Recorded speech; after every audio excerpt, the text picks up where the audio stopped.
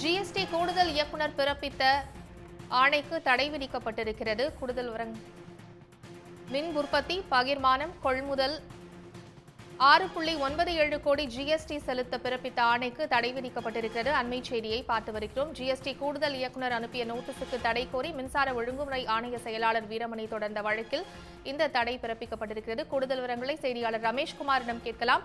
ரமேஷ்குமார், இந்த வழக்கின் பின்னணி தொடர்பான கூடுதல் விவரங்களை பதிவு செய்யுங்க. தமிழ்நாடு மின்சார ஒழுங்குமுறை ஆணையம் மின் உற்பத்தி, பகிர்மானம், கொள்முதல் உள்ளிட்ட நடவடிக்கைகளுக்கு கட்டணம் நிர்ணயித்து உத்தரவுகளை பிறப்பிக்கூடிய ஒரு அமைப்பு. கடந்த 2017 முதல் 2023 வரை இந்த வசூலிக்கப்பட்ட இந்த கட்டணங்களுக்கு ஜிஎஸ்டி வரியாக 6,19,19,360 ரூபாய் செலுத்தும்படி ஜிஎஸ்டி கூடுதல் இயக்குனர் மே 6ஆம் தேதி இந்த ஒழுங்குமுறை ஆணையத்துக்கு நோட்டீஸ் அனுப்பினார். இந்த நோட்டீஸை ரத்து செய்ய கோரியும் தடை விதிக்கும் கோரியும் தான் மின்சார ஒழுங்குமுறை ஆணைய செயலாளர் வீரமணி சென்னை உயர்நீதிமன்றத்தில் வழக்கு தொடர்ந்திருந்தார். இந்த வழக்கு நீதிபதி சத்யநாராயண பிரசாத் அமர்வில் விசாரணைக்கு வந்தபோது ஆணைய தரப்புல ஆஜரான மூத்த வழக்கறிஞர் பி. வில்சன் மின்சார ஒழுங்குமுறை ஆணையம் அரசு அளிக்கும் நிதியை கொண்டு செயல்படுவதாகவும் ஆணைய விதிக்கும் அபராதங்கள், கட்டணங்கள் அனைத்தும் அரசுக்கு தான் செலுத்தப்படுவதனால அதற்கு வரி விதிக்க முடியாது என்பதால இந்த நோட்டீஸ்க்கு தடை விதிக்க வேண்டும் என்று வாதிட்டார். இந்த வாதத்தை ஏற்றுக்கொண்ட நீதிபதி ஜிஎஸ்டி கூடுதல் இயக்குனர் பிறப்பித்த அந்த நோட்டீஸ்க்கு இடைக்கால தடை விதித்து உத்தரவிட்டிருக்கிறார்.